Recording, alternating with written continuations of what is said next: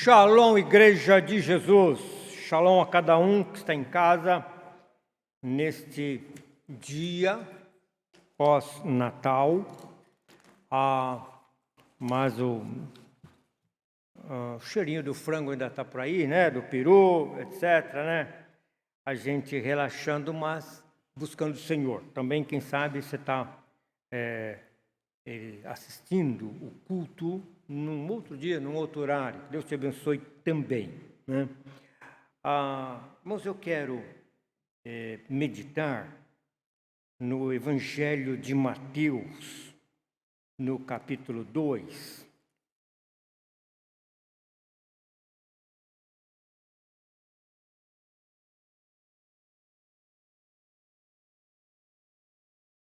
A partir do versículo 19.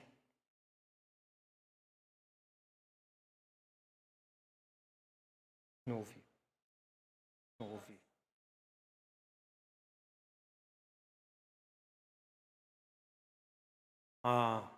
Lembrando agora, é verdade, né? A gente tem que avisar várias vezes, né? Que então o nosso culto de Santa Ceia será no dia 9, então, de janeiro. E o culto de quinta-feira será normal. Queridos, então está escrito em Mateus, capítulo 2, versículo 19, que tendo Herodes morrido, eis que um anjo do Senhor apareceu em sonho a José no Egito e disse-lhe: Dispõe-te, toma o menino e sua mãe e vai para a terra de Israel, porque já morreram os que atentavam contra a vida do menino. Dispôs-se ele, tomou o menino e sua mãe e regressou para a terra de Israel. Tendo, porém, ouvido que Arquelau reinava na Judéia em lugar de seu pai Herodes, temeu ir para lá e, por divina advertência, prevenida em sonho, retirou-se para as regiões da Galiléia e foi habitar numa cidade chamada Nazaré, para que se cumprisse o que fora dito por intermédio dos profetas: ele será chamado Nazareno. Amém. Senhor Jesus, vem nos abençoar. Espírito Santo, move-te entre nós para que nós recebamos, Senhor, a tua palavra e sejamos por ela abençoadas, em nome de Jesus. Amém. Mas no fim do ano, nós, os evangélicos, eu entendo, nos alegramos bastante com a nomeação de um pastor, aliás, presbiteriano, como ministro da mais alta corte do país, o Supremo Tribunal Federal.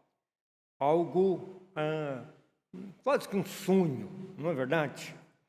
E um homem de Deus tem demonstrado isso, seu testemunho, tudo que ele tem feito já, absolutamente capaz para exercer o cargo. Nós estamos muito felizes com isso, crendo que será um homem usado por Deus para, de fato, fazer e tomar decisões justas, né, lá na mais alta corte. Mas quem ouviu o testemunho, acredito que até que todos ouviram, porque várias vezes isto foi repassado aí, né, pelas mídias sociais. Num dos trechos, quando ele deu testemunho, então, após a sua aprovação pelo Senado Federal, então ele mencionou, falando de si mesmo, um menino que aos 9 anos de idade foi desencorajado pela sua professora. Ele não entrou em detalhes, mas, ou seja, ele sofreu um tipo de bullying, de humilhação. Olha, isso aqui não é para você, isso aqui não adianta nada, né? Eu estou imaginando coisas assim, eu não vi mais detalhes nisso, né? Mas aquilo ficou marcado dentro dele, então ele estava lembrando agora, quando ele se tornou, então, uma autoridade da mais alta corte, então, do nosso país. Irmãos, eu creio que todos nós conhecemos inúmeros exemplos, né, nesse sentido. Ou seja, pessoas para quem os outros não davam nada, mas que se superaram e acabaram fazendo coisas expressivas na vida. Né? Isso aí não é nada, isso aí não vai acontecer nada, não é nada, né? Mas de repente Deus levantou aquela pessoa e a tornou então uma grande bênção. Eu não vou citar nomes, irmãos, mas houve gente na nossa igreja, houve uns jovens particularmente na nossa igreja, que ele era muito quieto, fechadinho, quietinho ali e tal, não conversava. Eu lembro que até um líder da época dos jovens falou: como é difícil fazer aquele irmão falar, como é difícil fazer ele expressar o que acontece na vida dele, etc., ele se comunicar, né? Mas esse jovem, contudo, ele tinha fé, ele continuou nas reuniões, ele foi ministrado, e hoje ele é um pastor, e ele tem uma igreja maravilhosa, na verdade. Então, eu mesmo na época falei: não vai dar nada esse rapaz, né? Eu mesmo julguei, né? E pensei assim, mas não vi o potencial que havia na vida dele desde que tocado por Deus. Bem, irmãos, na Bíblia também há muitas histórias semelhantes a essa, né? Vidas que foram desprezadas pelos homens, mas que eram escolhidas, ungidas, abençoadas por Deus. Veja alguns exemplos. Lembra de José do Egito? Seus irmãos o desprezaram, né? E a ponto de que então ele foi vendido como escravo, e a situação dele só piorou, porque mais do que ser um escravo, ele se tornou um preso. Outro dia meditamos sobre isso já, de que alguém teve algum tipo de informação histórica, que mais 6 meses na cadeia José morreria, né? Mas houve tempo que Deus então mudou a história dele, aquele jovem então desprezado, oprimido pelos seus irmãos, veio se tornar então a segunda maior autoridade na terra daquela época, porque o Egito era a grande potência naquela época, né? Gideão é um caso também especial, falando ainda na Bíblia, né? Quando o anjo chama Gideão para fazer a obra, é interessante, irmãos. Gideão fala assim: olha, o que é isso, né? Não posso acreditar, eu sou o menor na minha casa é menor na minha tribo, e a minha tribo é menor em Judá. Tudo para ele era menor. O rapaz não acreditava em nada, né? Mas Deus tinha escolhido ele para ser um instrumento de Deus para um grande livramento em Israel. Mas um outro exemplo na Bíblia também clássico, eu diria até assim, né? É o de Davi, desprezado pelos irmãos, impedido de servir no exército de Israel. Não serve para Israel, o cara é muito pequeno, o cara é fraquinho, é um fragóide. Tudo indica que Davi então era franzino, pelo menos até ali uns 17 anos, né? Então ele só saiu para cuidar de ovelha, lá no campo, né? Etc. Então, e ele não foi convocado para o serviço militar, mas Deus mudou a história, se tornou um guerreiro, né? Um homem, grande líder, e até hoje é realmente reconhecido o maior líder de Israel, o maior rei de Israel. É o único rei que nós vimos lá em Jerusalém, pode ser visto em Jerusalém, né? Que tem uma estátua dele, um monumento dele, tocando arca, né? Então Davi, a grande expressão então de alguém que foi desprezado, falaram: ele não é nada, mas Deus o levantou, aleluia, aleluia. Mas o maior exemplo, irmãos, que nós temos nesse quesito, para variar, é do próprio Senhor Jesus, né? Para começar, veja só, onde é que Jesus nasceu? Em Belém de Judá. O profeta Miqueias disse assim: sou Belém, porventura você, nem de longe, você está entre as maiores cidades de Israel. Ou seja, Belém era uma cidadezinha, né, na época. Ele falou: mas de você que vai sair o grande rei, o Messias, o libertador. Ou seja, Jesus não nasceu numa grande cidade, Jesus não nasceu numa cidade expressiva, numa metrópole, né? A pessoa veio de lá, então deve ser bom, né? E a gente julga muito as pessoas em função de onde elas vieram, né? De onde elas nasceram, será, etc., quando não tem nada a ver com a história. Então Jesus não nasceu numa grande cidade lá em Israel. E a gente conhece muito bem a história, né? Quando ele nasceu, onde é que ele foi colocado? né, lá na estrebaria, ele foi colocado na manjedoura, que era um lugar, então, onde os animais comiam. Ele foi ali, e alguém até lembrou, fez uma relação, né, que enquanto Jesus estava ali, era um lugar onde os animais se alimentavam, né? Mas ninguém podia imaginar que um dia Jesus ia falar assim: eu sou o pão, eu sou o pão, né? Eu sou o pão da vida, o pão vivo que desceu do céu. Né? Mas, contudo, quem é que podia imaginar que aquela criança que ali nasceu e foi colocada naquele lugar, né, teria o futuro que o Senhor Jesus teve? Quando seus pais voltam com ele do Egito, está escrito aqui que eles foram morar em Nazaré, diz aqui, para que se cumprisse a profecia de que ele será chamado Nazareno, ele seria chamado Nazareno, né? Segundo muitos comentaristas, a palavra Nazareno significava desprezível, desprezado. Olha só, hein? Jesus foi chamado disso, e alguns dizem, não, Nazareno é porque só ele veio de Nazaré, mas diz que o significado maior da palavra era isso, desprezível, desprezado.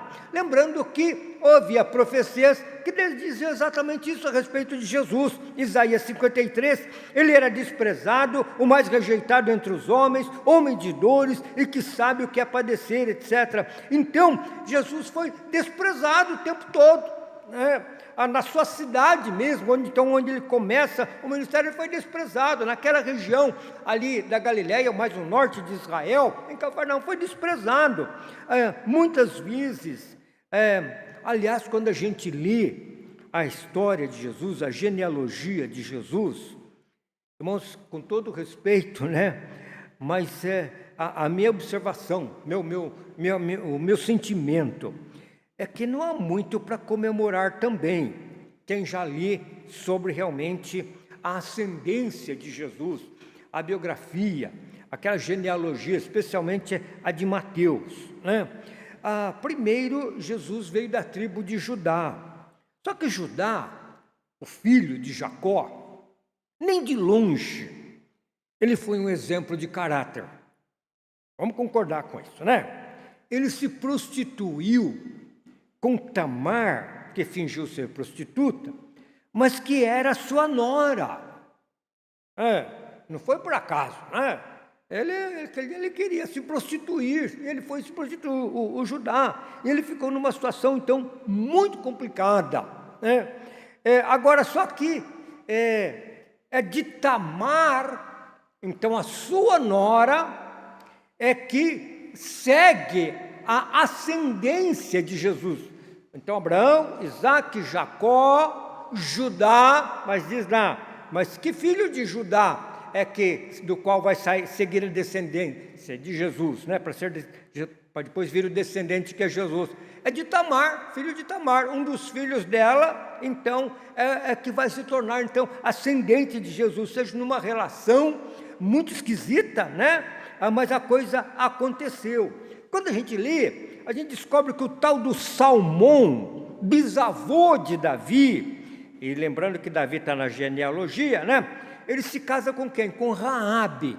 Número 1, uma prostituta. Número 2, de um povo pagão.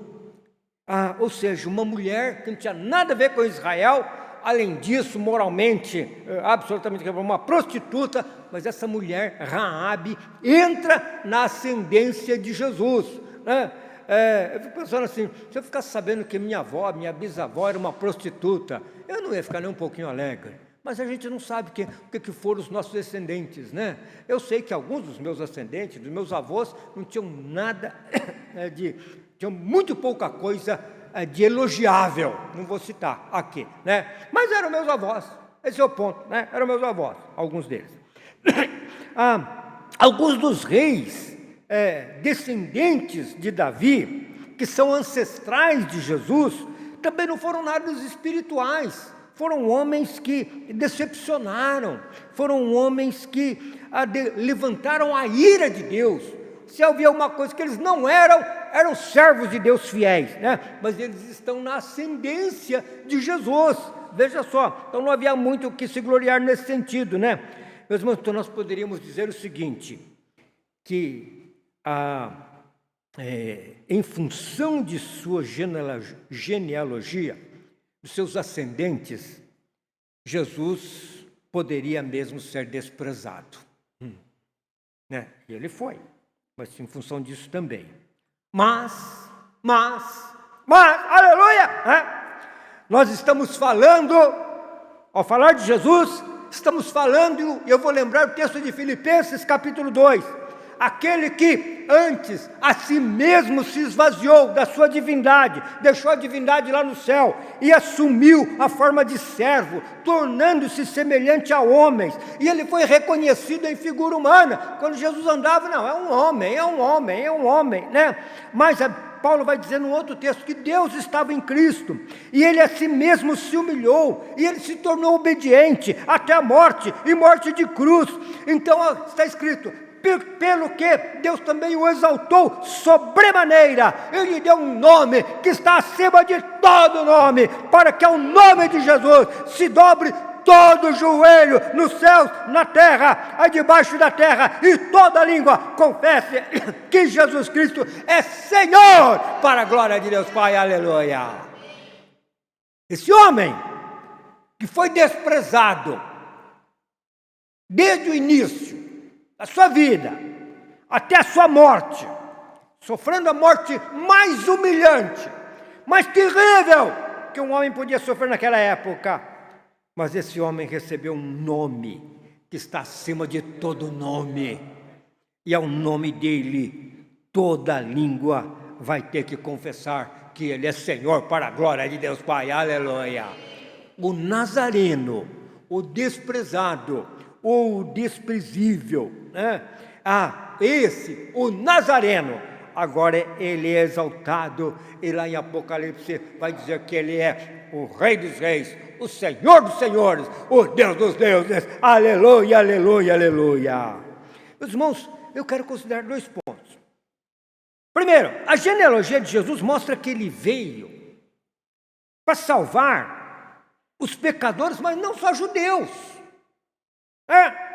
Ou seja, nessa genealogia, que incluiu então a Raabe, um descendente de Tamar, que também não era da linhagem de Israel, né? Que incluiu então gente de fora. Depois nós sabemos também que vai incluir Ruth, Noemi, que também moabitas. Então, seja na descendência de Jesus, na ascendência de Jesus, então tem gente que não é de Israel. Por quê? Porque Jesus veio para todas as nações, para todos os povos, para todas as pessoas, aleluia! Incluiu, ou seja, a sua genealogia incluiu pessoas não israelitas. Até o próprio José, né, o filho de Jacó, os seus filhos tiveram mãe egípcia, tinham DNA então do Egito, mas a tribo então de Manassés e de Efraim, os filhos de José, o que acontece? São tribos de Israel, mas que tinham DNA do Egito, porque a sua mãe era egípcia. Ou seja, queridos, aquele homem desprezado, desde o seu nascimento, no seu ministério, até na sua morte, ele se tornou simplesmente o Senhor de todo o universo, aleluia, aleluia, aleluia. E é um texto que eu até me emociono, eu confesso que eu me emociono quando eu leio, porque quando eu descobri o sentido profundo desse texto, que é uma descrição que está em Apocalipse, capítulo 11, a partir do verso 15, quando é tocada a 7ª trombeta, a última trombeta, é o final ali da tribulação. Se a 7ª é o final da tribulação. Está escrito assim, que o 7º anjo tocou a trombeta e houve no céu grandes vozes dizendo: o reino do mundo se tornou de nosso Senhor e do seu Cristo, e ele reinará pelos séculos dos séculos. Então vai haver um momento no céu, está escrito aqui, que grandes vozes vão declarar isso, que o reino do mundo, olha aqui, se tornou do Senhor e do seu Cristo. Espera, mas o reino do mundo não é do Senhor? Não é do seu Cristo? Não, não é. Não é hoje.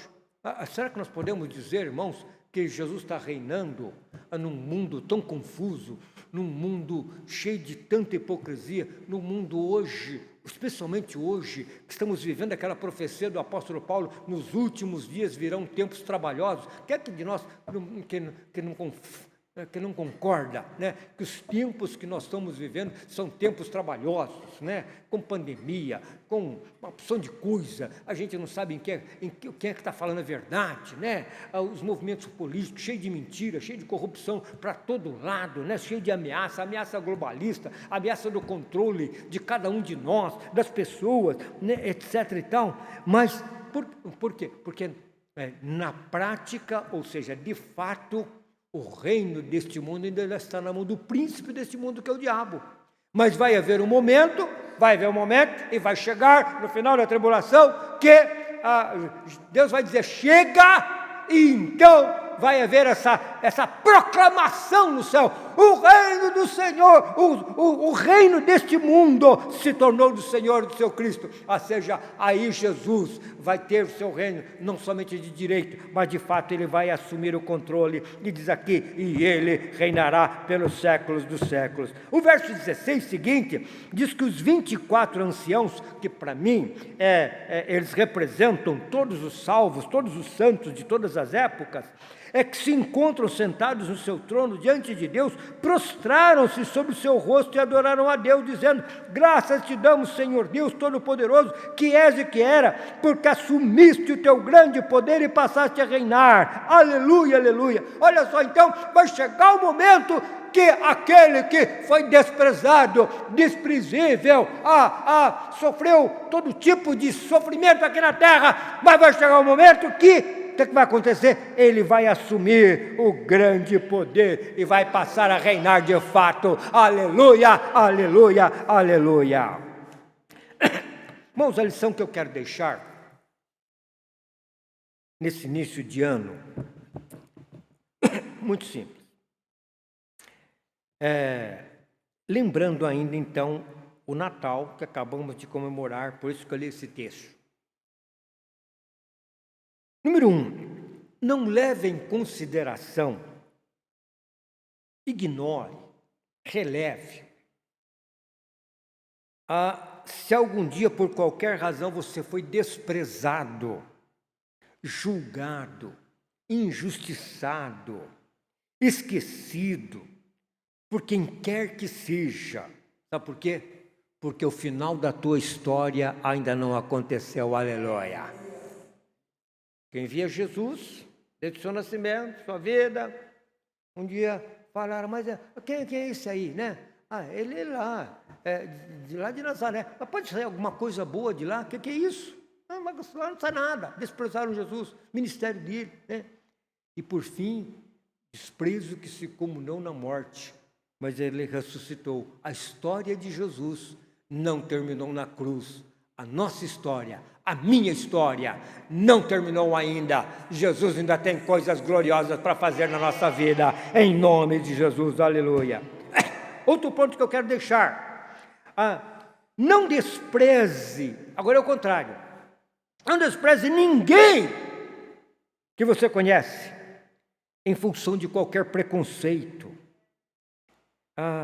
ou que você possa ter ouvido dos outros sobre aquela pessoa, em função da aparência, em função da personalidade, em função da formação, em função, seja lá do que for.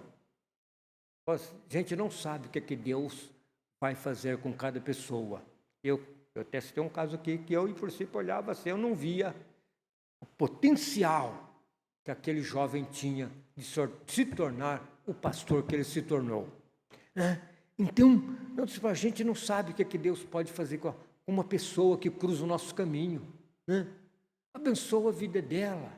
Seja uma bênção na vida da pessoa. Você não sabe o que pode acontecer, o que Deus pode fazer, o que Deus pode transformar. Outro dia, irmãos, eu não vou citar um nome, mas tem alguns irmãos da nossa igreja que sabem, né? Mas eu estava abrindo o portão aqui, eu vim aqui sozinho, aí uma pessoa ali no pet shop gritou, pastor Silvio, puxa, que bom, né? Não reconheci direito quem era. até porque ele estava de máscara também, e ele veio conversar comigo, sou fulano, seu fulano. Lembrei. Aí ele tirou a máscara, eu lembrei, como é que vai? Pois é, mas você está aqui, que benção, te ver aqui. Ele estava muito bem arrumado. Mas esse rapaz tinha se envolvido profundamente nas drogas, lá como é que fala aquele negócio lá em São Paulo? Tinha se envolvido, né? Então, aprofunda, e agora estava, qualquer um que olhasse para ele, acabou a vida dele, não tem mais nada, não é para nada, acabou, é o fim, né? Mas não, Deus o tirou de lá e o levantou. Ele falou, estou na igreja, estou servindo a Deus, estava empregado, roupinha bonitinha, aleluia. Nós não sabemos, irmãos, o que Deus pode fazer com as pessoas que cruzam o nosso caminho. O pessoal que está aqui na igreja fala amém. Terceira, aconteça o que acontecer na sua vida, agarre-se às promessas de Deus, que prometeu que o nosso futuro será simplesmente glorioso, aleluia. Reinando com Jesus, o Senhor e Rei de todo o universo, aleluia. Outro dia eu conversava com um pastor, amigo meu, em função de uma porção de fatos, né, que estão acontecendo, e alguns fatos, irmãos, né, eu falei, se isso aconteceu, eu tenho que reconsiderar minha escatologia, minha visão escatológica, né? Porque alguns fatos aí são de que tudo isso vai piorar de uma vez, que essa pandemia vai acabar, né? Tem fatos aí horrorosos, né? Notícias horrorosas, né? Eu falei, pois é, se isso aqui acontecer, eu tenho que reconsiderar a minha visão de escatologia de futuro, né? Ele falou assim, olha, eu me apego a uma palavra de um pastor que foi mestre, muito reconhecido no Brasil, mestre da palavra, um homem de Deus, e ele dizia assim, olha, o que quer que aconteça, nós, crentes, salvos, temos uma certeza, né, que para nós o futuro é glorioso com Jesus, aleluia, aleluia. Então, irmãos, é para fazer nos levantar. Então, por mais que de repente esse ano a gente ainda ouça notícias ruins, disso, daquilo, né, mas nós temos a palavra. Nós temos a palavra, aquele que foi desprezado, chamado de desprezível, ele foi elevado, sim, à condição máxima de rei de todo o universo, reinará pelos séculos dos séculos, e a palavra diz lá em Apocalipse, que nós reinaremos com ele pelos séculos dos séculos, aleluia! O cristão é o que se apega a essas verdades, a esta palavra. O cristianismo, meus irmãos, ainda que a gente ore, espera bênçãos de Deus aqui, eu ainda espero bênçãos de Deus aqui, se Jesus não voltar, né? Mas a bênção maior, a esperança maior que nós devemos esperar é a nossa ida eterna, morar com Jesus eternamente na glória. Essa é a grande esperança do Evangelho. Finalmente, queridos, nunca se esqueça que se os outros te desprezarem, aquele homem lá no passado, o Nazareno, o Senhor do universo, ele não te despreza, aleluia. Pelo contrário, ele te ama e prometeu te levar para viver com ele na eternidade, aleluia. Não se esqueça disso. E todos nós vamos sofrer muitas vezes, irmãos, desprezo. O próprio ministro, o nosso irmão, André Mendonça, ele foi desprezado, hein? Não somente na infância, mas na verdade ele também. A gente sabe o desprezo que alguns senadores tentaram impor, então, na vida dele. Nunca aconteceu, né, na história, demorar tanto para aprovar um nome indicado para aquela função. Mas Deus deu a ele vitória. Então, significa que está numa luta, parece que o cerco está grande, mas que ele vai chegar à tua vitória em nome de Jesus, em nome do Senhor Jesus. E é isso que eu quero deixar, que esse ano de 2022 seja um ano de bênção, de realização, que tudo aquilo que nós temos esperado aconteça, e vamos rejeitar todo pensamento negativo de desprezo, porque o Nazareno se tornou o Rei do Universo e Ele é o Senhor e dono das nossas vidas. Louvado seja o nome do Senhor. Temos um louvor para terminar, em nome da IPEP. Meus queridos irmãos, todos que estão nos ouvindo, que me ouvem agora, eu quero desejar a todos um feliz e abençoado ano de 2022 com o Senhor Jesus. Que Deus abençoe cada vida. Deus abençoe seu lar, sua família, e que em todas as coisas que você espera que Deus faça, assim seja, assim aconteça. Eu deixo aqui o meu amém e o meu amém em nome do Senhor Jesus.